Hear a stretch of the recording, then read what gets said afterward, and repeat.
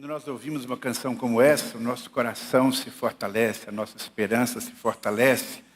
Por isso esse ambiente de culto ele é tão importante, porque no dia a dia, muitas vezes as condições parecem tão adversas. No dia a dia, parece que aquelas promessas que Deus fez estão demorando a se cumprir. Sobre isso nós falamos na semana passada, e sobre este tema nós continuaremos falando hoje, a partir de uma experiência de um servo de Deus que viveu esse tipo de conflito. Estou falando sobre Abraão. No domingo passado nós pensamos juntos aqui sobre a experiência vivida por Abraão, um diálogo com Deus. E hoje nós vamos continuar vendo o que aconteceu a partir deste diálogo. Como é que esse diálogo continuou? Então eu quero convidar você a abrir a sua Bíblia em Gênesis capítulo 15. O sermão de hoje, como vocês vão perceber, é uma continuação do sermão do domingo passado. E aí eu quero convidar você a abrir a sua Bíblia nesse texto da Palavra de Deus. Você pode ler ou então acompanhar aqui no multimídia, como você preferir. Diz assim a palavra do Senhor. Depois destes acontecimentos, o Senhor falou a Abrão em uma visão e lhe disse: não tenha medo, Abrão, pois serei seu escudo e sua recompensa será muito grande. Abrão, porém, respondeu: ó Senhor soberano, de que me adiantam todas as tuas bênçãos se eu nem mesmo tenho um filho? Uma vez que não me deste filhos, Eliezer de Damasco, servo de minha casa, herdará toda a minha riqueza. Não me deste nenhum descendente próximo e por isso um dos meus servos será o meu herdeiro.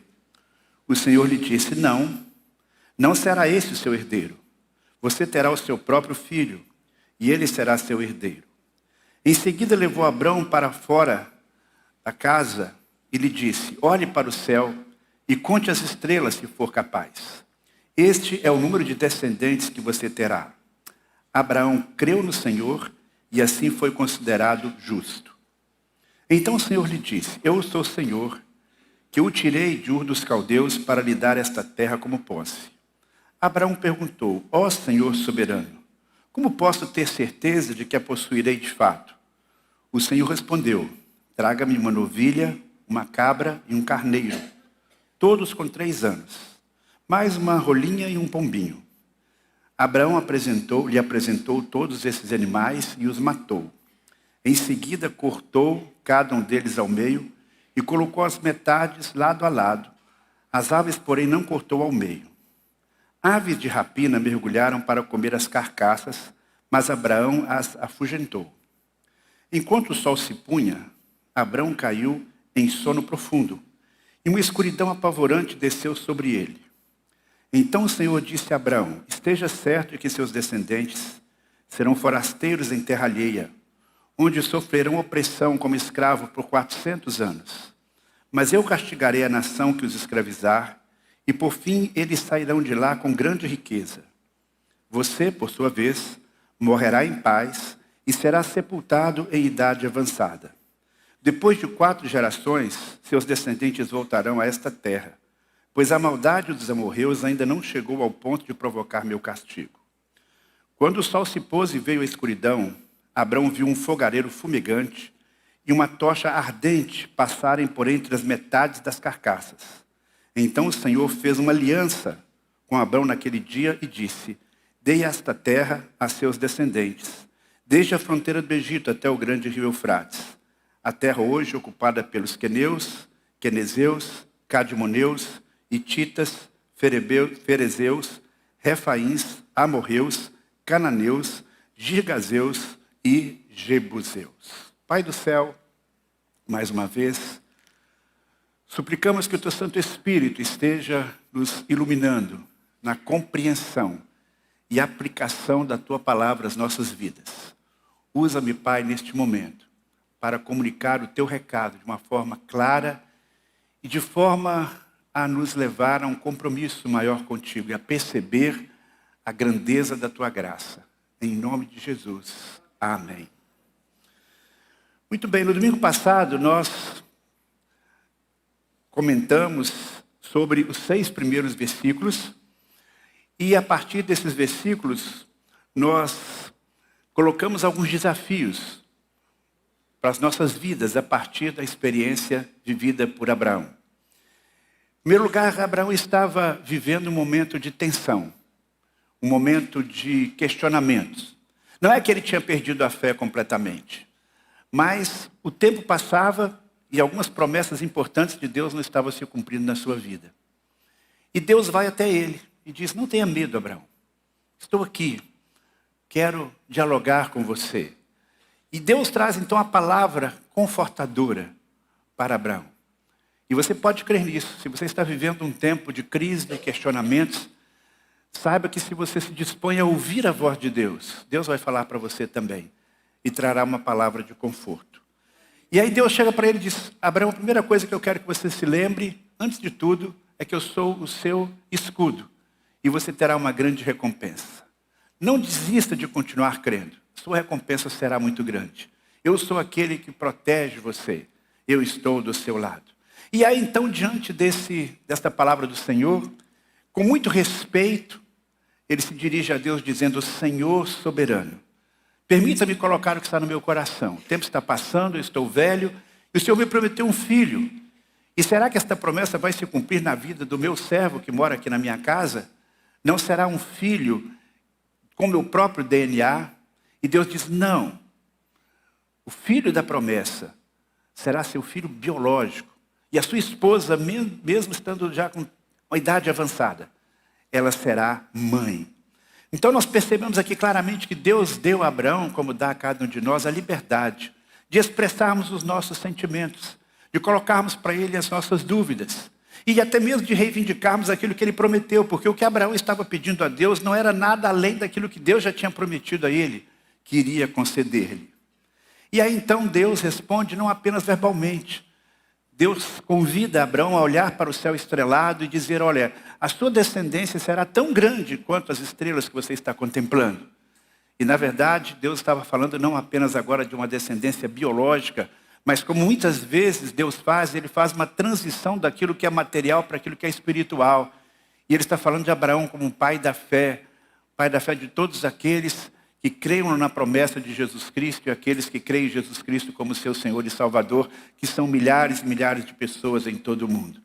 E ele então procurou ouvir a voz de Deus e ele creu, olhando para aquele céu estrelado, ele creu que Deus iria cumprir a sua promessa. E esta fé é uma fé exemplar. Tanto assim que o apóstolo Paulo vai dizer que esta fé de Abraão foi que faz dele um modelo de fé, que ele caminhou por fé e creu em algo extraordinário, algo muito grandioso. E muitos anos mais tarde, Lutero resgata esse princípio de que, diante da ação de Deus, o que Deus espera de cada um de nós é que tenhamos fé, que a nossa esperança, a nossa fé nele seja renovada, porque o caminhar de um cristão é um caminhar pela fé. Mas havia um outro problema, uma outra situação que Abraão estava enfrentando. E Deus, então, coloca essa questão diante dele. Deus diz que Ele está cuidando da outra promessa que fez. A promessa de que ele receberia uma terra.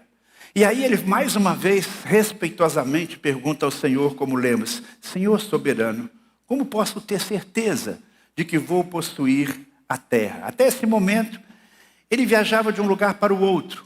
Ele vivia mudando as suas tendas. Ele foi enriquecendo, o seu rebanho foi crescendo, multiplicando, mas na verdade ele não tinha uma terra que podia chamar de sua. E a questão da terra era muito importante naquele tempo, era um símbolo de poder, um símbolo de autoridade, e os reis, cada um tinha o seu pedaço.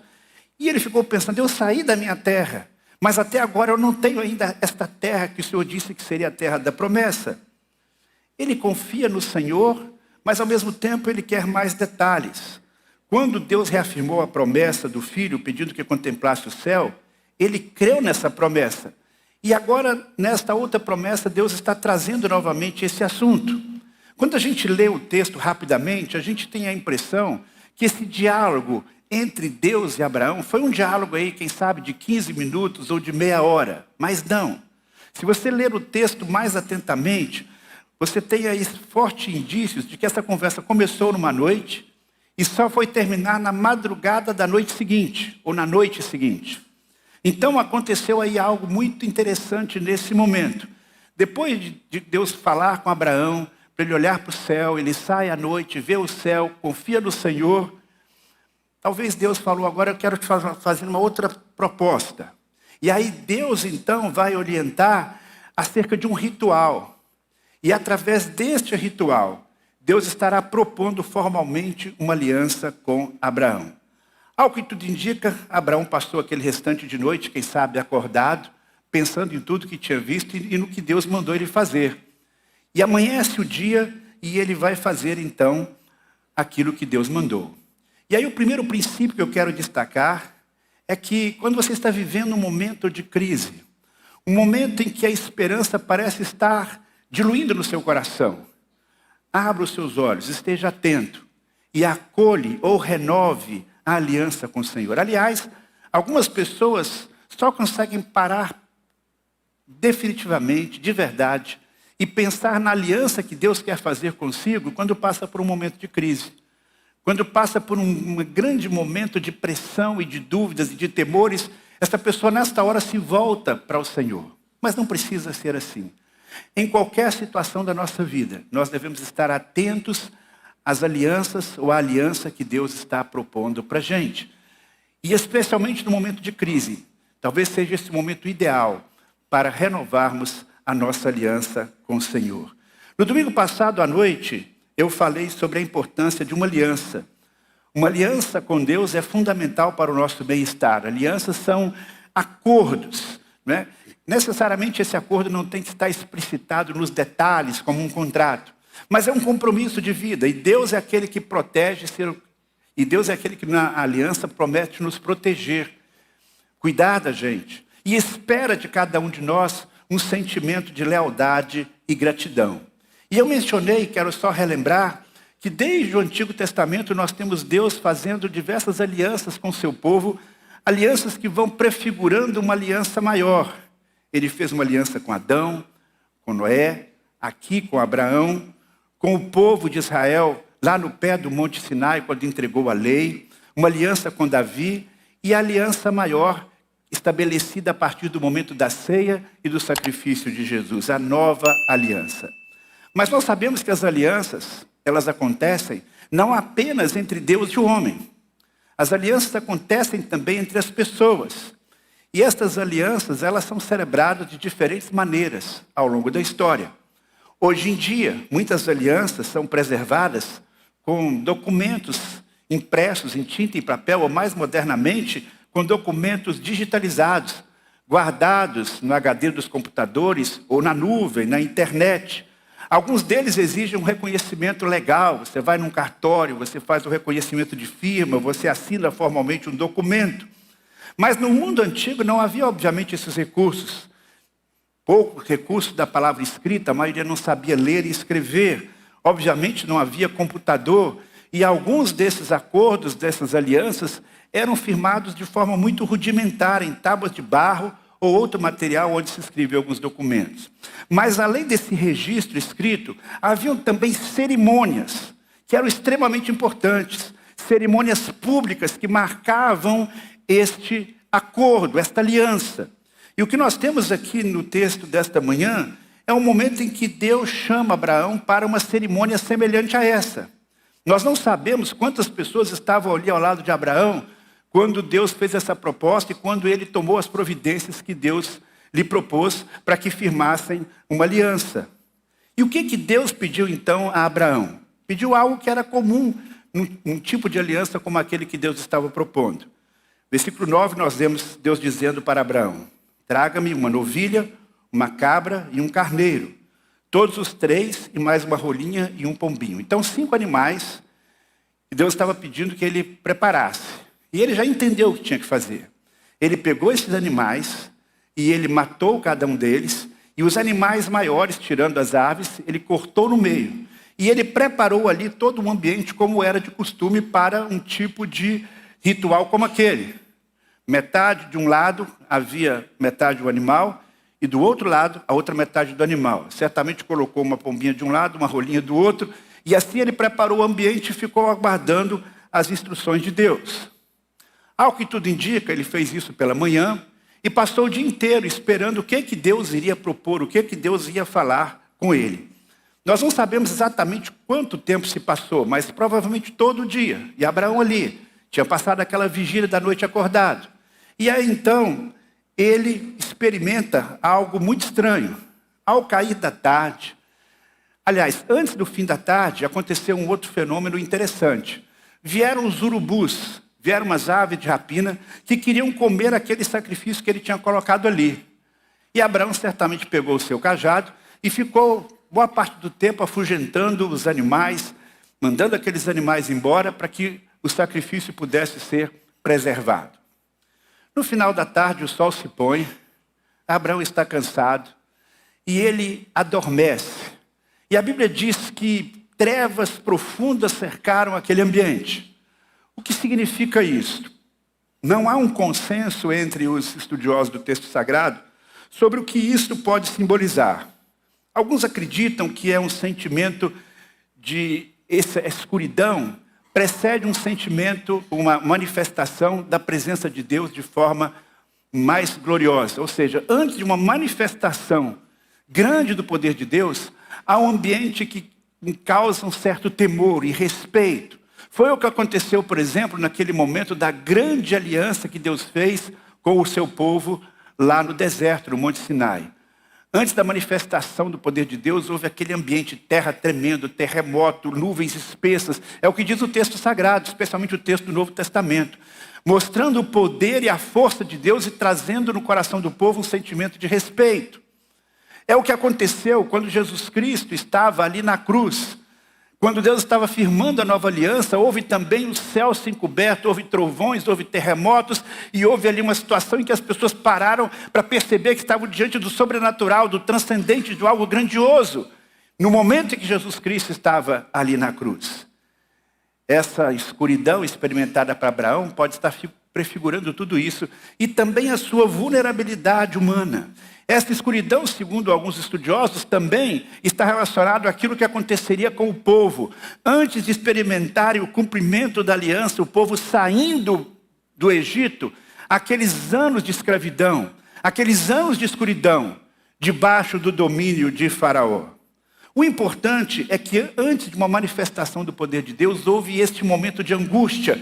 E Abraão está ali naquela situação de sofrimento, de medo, de tensão, até que finalmente acontece a promessa de Deus. E o que isso significa? Quando aqueles animais estão ali partidos, e o que Deus então vai propor para isso? E aí nós temos então um outro texto da Bíblia que nos ajuda a entender o sentido daquele sacrifício. Lá em Jeremias capítulo 34, versículos 18 e 19, nós lemos assim: porque não cumpriram os termos da minha aliança, Deus falando com o povo, eu os cortarei ao meio, como vocês cortaram o bezerro e caminharam entre as duas partes, para confirmar os seus votos. Sim, cortarei ao meio todos os que se comprometeram com a aliança. Por que Deus diz que faria isso? Isso está baseado neste ritual antigo. Porque aquele sacrifício antigo tinha o seguinte sentido: duas pessoas, quando faziam aliança, quando faziam esse compromisso mútuo, eles partiam esses animais, como eu falei, colocavam lado a lado, e havia como um caminho no meio dos animais partidos. E as pessoas que estavam se comprometendo uma com a outra, passavam no meio desses animais. E quando eu passava no meio desse animal, e a outra pessoa também passava no meio desses animais que estavam ali partidos, estava dizendo o seguinte: que aconteça comigo o que esses animais aqui estão representando. Que eu seja despedaçado, que eu seja destruído se eu não cumprir a minha parte no acordo. Então esse era o sentido daquele tipo de ritual. E aí então, quando Deus está propondo isso, Deus está propondo algo extremamente sério. É como se Deus estivesse dizendo para Abraão: serei fiel a esta aliança, e se a romper aconteça a mim o mesmo que aconteceu a esses animais que foram partidos pelo meio. Então, daí veio a expressão cortar a aliança, que significa esta cerimônia que indicava esse rompimento ou compromisso se houvesse um rompimento da aliança. Deixando então bem claro, naquele contexto, as pessoas faziam esse juramento e esse ritual, e elas invocavam sobre si mesmos uma maldição se quebrasse uma aliança tão significativa. Seguir pelo meio do caminho significava, então, que o mesmo aconteça comigo se eu deixar de cumprir a minha parte no acordo. Então Deus está dizendo assim, olha, pode crer, olha só, eu estou empenhando como que a minha existência. Agora, além de sermos convidados para um pacto com Deus, uma aliança com Deus, eu quero destacar um segundo aspecto importante que a gente vê nesta experiência aqui de Abraão. Você deve perceber a graça de Deus na aliança proposta por ele. Este ritual que eu acabei de mencionar era um ritual que várias pessoas conheciam e faziam entre si. Agora Deus está fazendo esse ritual com Abraão. Só que ele fez uma coisa diferente. Ele não convidou Abraão para passar no meio do sacrifício. Ele próprio passou, sozinho. Ele próprio assumiu sozinho a responsabilidade pelo cumprimento desta aliança. E Deus passou como? O texto diz que houve uma teofania, ou seja, uma manifestação física da presença de Deus. Houve um fogareiro, como que uma panela de barro fumegante, e através daquela panela vai passando.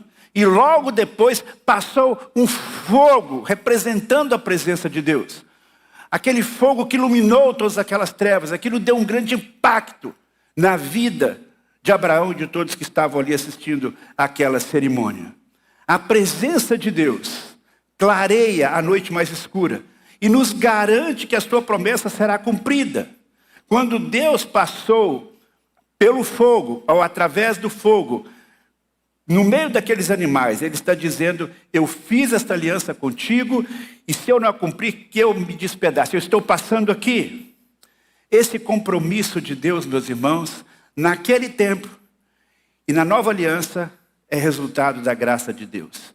Mesmo que você falhe, mesmo que você se comprometa, em alguns momentos você falhe, Deus diz, eu não deixo de ser Deus. Eu não vou deixar de cumprir a minha parte. Deus não exige fidelidade total para que Ele cumpra as suas promessas e a sua graça. É assim que Deus nos trata. Obviamente, Deus deseja a nossa fidelidade. Num certo sentido, Deus espera a nossa fidelidade. Mas Ele sabe que nós vamos falhar. Vamos falhar muitas vezes. Mas nesse ritual, Deus está dizendo, eu deixo de ser Deus se eu deixar de cumprir a minha promessa. Se eu deixar de cumprir a minha aliança. E a realidade da graça de Deus reluz de uma forma extraordinária na cruz do Calvário. Porque as alianças de Deus, lá do Antigo Testamento, e essa inclusive, são prefigurações da aliança maior que Jesus Cristo veio fazer conosco por meio de sua morte na cruz. Deus prometeu, o meu corpo será despedaçado se eu quebrar essa aliança. Mas perceba o detalhe, o Deus eterno, Criador dos céus e da terra, um dia tomou o corpo humano, encarnou-se e veio entre nós.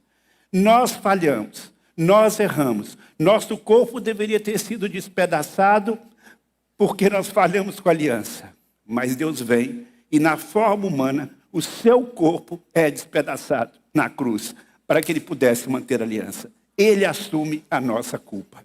Ele assume a nossa parte. Ele assume a nossa falha na aliança. Por isso que a cruz é tão importante. Por isso que o cristianismo tem esse foco em que Deus, para manter a sua aliança, Ele toma a forma humana e Ele mesmo entrega o seu corpo ali na cruz. Esta cerimônia tão importante prefigura, portanto, a obra de Jesus Cristo. A morte de Cristo, então, sela uma aliança definitiva que está sendo prefigurada nesta aliança de Abraão. Por isso, meus queridos irmãos, não existe nada mais significativo na vida de um cristão do que a consciência constante da graça de Deus. A grande diferença entre uma boa pessoa, com uma boa moral, cumpridora dos seus deveres, e um cristão autêntico, é esta consciência da graça de Deus. Esta consciência de olhar para o sacrifício de Jesus na cruz e não ver esse sacrifício com indiferença. É perceber que, literalmente, Deus está dando a sua vida por nós porque nós somos incapazes de cumprir a nossa parte na aliança. E então, ele cumpre a parte que seria nossa por nós. O terceiro e último aspecto que podemos destacar nesse texto é que para renovarmos a nossa esperança e a nossa fé em Deus, é preciso que compreendamos que as promessas de Deus para as nossas vidas podem transcender a nossa vida aqui na terra. O que Deus está dizendo então aqui para Abraão nesse momento que ele firma essa aliança? Esteja certo de que seus descendentes serão forasteiros em terra alheia, onde sofrerão opressão como escravos por 400 anos. Mas eu castigarei a nação que os escravizar, e por fim eles sairão de lá com grande riqueza. Você, por sua vez, morrerá em paz e será sepultado em idade avançada. Depois de 4 gerações, seus descendentes voltarão a esta terra, pois a maldade dos amorreus ainda não chegou ao ponto de provocar o meu castigo. Observe só que nessa ocasião, ficou mais claro para Abraão o que aconteceria. Deus fez para ele aqui uma promessa, ou esclareceu a promessa anterior, que transcende a sua própria existência. Ou seja, Abraão estava pensando o seguinte: eu saio aqui da minha terra e Deus vai me dar uma grande porção de terra. E Deus está dizendo para ele o seguinte: eu vou te dar terra, mas não é propriamente para você. Quem vai herdar uma grande porção de terra é a sua descendência. Você vai dormir em paz. Você vai morrer em paz. Não é tudo que você está pensando que é para você que será para você, mas será para os seus filhos, para os seus netos, para a sua descendência futura. Então Deus foi pintando para Abraão um quadro mais amplo do que aquilo que ele imaginava. Ele imaginava: eu vou conquistar uma terra, aquela terra vai ser minha. E ele está perguntando para Deus: qual é a dimensão desta terra? Quantos quilômetros de terra eu terei? Mas Deus então promete algo maior. Ele diz: a sua descendência conquistará a terra prometida numa dimensão maior do que aquela que você pode imaginar. E Deus explica que é algo muito importante. Ele diz: isso não será uma coisa muito rápida.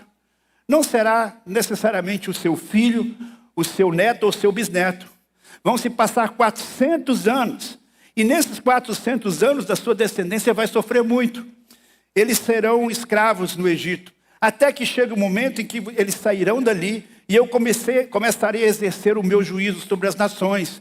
Porque a tomada da terra, na conquista dos povos, na conquista das terras, era um juízo de Deus sobre aqueles povos idólatras. E ele diz: a minha medida ainda não se cumpriu. A minha medida de juízo sobre os amorreus ainda não se cumpriu. Não é o tempo, ainda vai demorar ainda um longo tempo, 400 anos. Mas fique tranquilo. Vou cumprir essa promessa com a sua descendência. Em termos de hoje, qual seria esse espaço geográfico que os judeus, que o povo de Deus ocuparia? Todo o território de Israel, a parte da Palestina, território palestino, inclusive as faixas de Cisjordânia e Gaza, parte do sul de Líbano, Síria, grande parte da Jordânia e grande parte do território egípcio, até a península do Sinai. Então houve, de fato, o cumprimento desta profecia, não imediatamente após a entrada do povo na terra, ali por Jericó. Esta conquista territorial aconteceu somente centenas de anos depois, quando Davi dominou toda aquela região. Quando houve o poder de Davi sobre todo aquele espaço geográfico.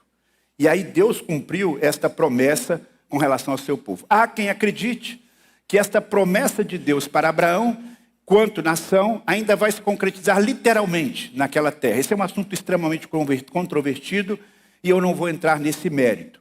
Mas o que eu quero dizer é que a promessa para os filhos da fé, para as promessas para os filhos de Abraão, pela fé, elas têm uma amplitude muito maior.